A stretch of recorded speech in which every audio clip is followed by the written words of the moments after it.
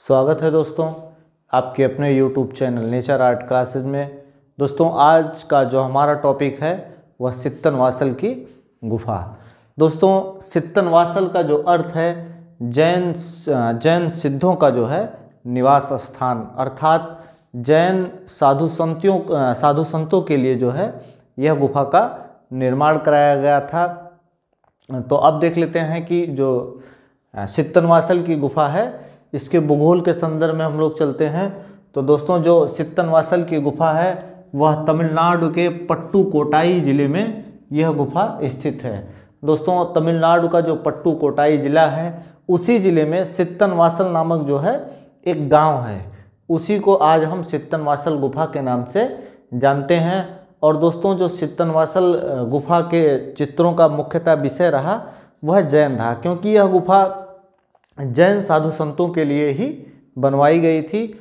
और यह पूरे ओवरऑल जितनी भी गुफाएं देखेंगे तो उसमें मुख्यतः जो जैन धर्म से संबंधित गुफा है वह जो है सित्तनवासल गुफा है। जैसे हम अजंता को पढ़े, अजंता गुफा का जो विषय है वह बौद्ध धर्म से है, उसी प्रकार जो सित्तनवासल गुफा चित्रों का जो विषय है वह जैन धर्म से संबंधित है। इसीलिए इस गुफा को जैन सिद्धों का निवास कहा जाता है, अर्थात जैन साधु संतों का जो है निवास स्थान कहा जाता है। तो दोस्तों यह गुफा तमिलनाडु के पट्टुकोट्टाई ज़िले में स्थित है और यह जो है कावेरी नदी के तट पर है। दोस्तों बहुत सारी किताबें जो है किसड़ा नदी लिखती हैं कि जो सित्तनवासल की गुफाएं हैं तमिलनाडु के पट्टुकोट्टाई के किसड़ा नदी के तट पे है। तो मित्रों किसड़ा नदी के तट पर यह गुफा नहीं है। और मुख्यतः आप किसड़ा नदी की बात करेंगे तो किसड़ा नदी तमिलनाडु में बहती ही नहीं है। तो जो सित्तनवासल की गुफा है वह जो है कावेरी नदी के तट पर स्थित है। दोस्तों इसका अन्य नाम है अरिवर कोइल तथा अरिहंत। इस गुफा को हम अन्य नाम से अरिवर कोइल तथा अरिहंत के नाम से भी जानते हैं। इसकी खोज दोस्तों 1934 ईस्वी में फ्रांसीसी एक प्रोफेसर थे, उन्होंने फ्रांसीसी प्रोफेसर दुर्बिल नाम के जो है एक फ्रांसीसी प्रोफेसर थे, खास करके ये पुरातत्ववेत्ता थे।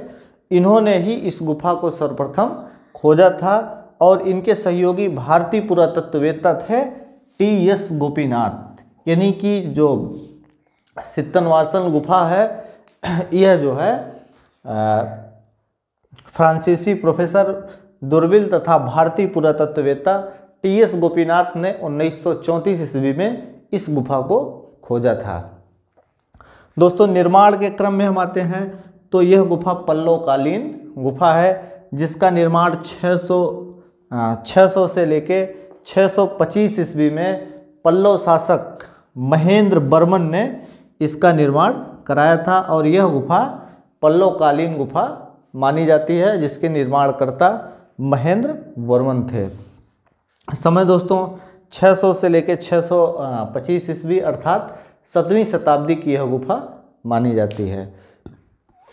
दोस्तों फिर जो है सित्तनवासल को जैन मंदिर भी कहा जाता है, क्योंकि यह गुफा मुख्यतः जैन धर्म से संबंधित है, इसलिए इस गुफा को जैन मंदिर के नाम से भी जाना जाता है, जो पूर्णतः चित्रों से अलंकृत है। किंतु अब केवल जो चित्र हमको प्राप्त हैं छतों पे और जो वहाँ पे स्तंभ बनाए गए हैं उस पे जो है इन गुफाओं के चित्र हमको देखने को मिलते हैं। तो ये दोस्तों रहा इसका एक भूगोल। और फिर हम आते हैं जो यहाँ के महत्वपूर्ण चित्र हैं। चित्रों में आते हैं, पहला चित्र है कमल वन का आलेखन। एक कमल का पूरा वन बनाया गया है, जिसको आलेखन के माध्यम से यहाँ के स्तंभों पर प्रदर्शित किया गया है।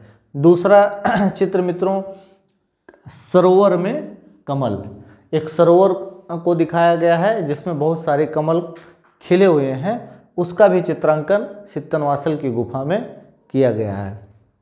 दोस्तों तीसरा है अप्सरा का चित्र। अप्सरा का चित्र मित्रों सित्तनवासल गुफा से भी मिलता है और अप्सरा का उत्कृष्ट चित्र अजंता की गुफा संख्या 17 से भी हमको प्राप्त होता है। हालांकि ये बहुत इम्पोर्टेंट नहीं है जितना कि अजंता का है। अजंता की गुफा संख्या 17 का जो अप्सरा नामक चित्र है वह सबसे प्रसिद्ध है। और यहाँ का सबसे महत्वपूर्ण चित्र अर्धनारीश्वर का उत्कृष्ट चित्र, यानी कि अर्धनारीश्वर यानी कि पार्वती और शिव को आधे आधे रूप में यहाँ पे दर्शाया गया है, जो जिसमें मुख्यतः शिव को शांत रस में डूबे हुए दर्शाया गया है इस चित्र में।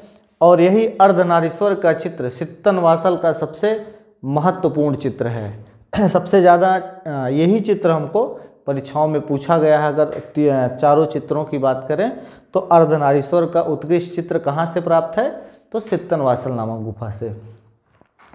दोस्तों विशेषता के क्रम में हम आते हैं तो इस गुफा में 2.25 चश्म चेहरे का प्रयोग किया गया है। दोस्तों चश्म मुख्यतः 7 प्रकार के होते हैं और सर्वप्रथम 2.25 चश्म चेहरे का जो प्रयोग हुआ है वह सित्तनवासल नामक गुफा से हुआ है। चश्म दोस्तों जैसे मान लीजिए हम सामने आपके खड़े हैं, जिसमें हमारी दोनों आँखें दोनों कान बिल्कुल ठीक तरीके से दिखाई दें, इसे हम सम्मुख चित्रण कहते हैं। और थोड़ा सा हम तिरछा हो जाएं, जिसमें हमारा आधा कान ठीक, थोड़ा सा आँख जो है दबी हुई दिखे, तो यह जो है 2.25 चश्म है। फिर इसी तरीके से 1.5 चश्म है, 1 चश्म है, आधा चश्म है। इसी तरीके टोटल जो चश्म होते हैं वह 7 प्रकार के होते हैं। और जो 2.25 चश्म चेहरे हैं मुख्यतः पल्लवकालीन कला की यह देन है। सबसे ज़्यादा पल्लवकालीन कला में अगर हम चित्र देखेंगे तो 2.25 चश्म में ही बनाए गए हैं।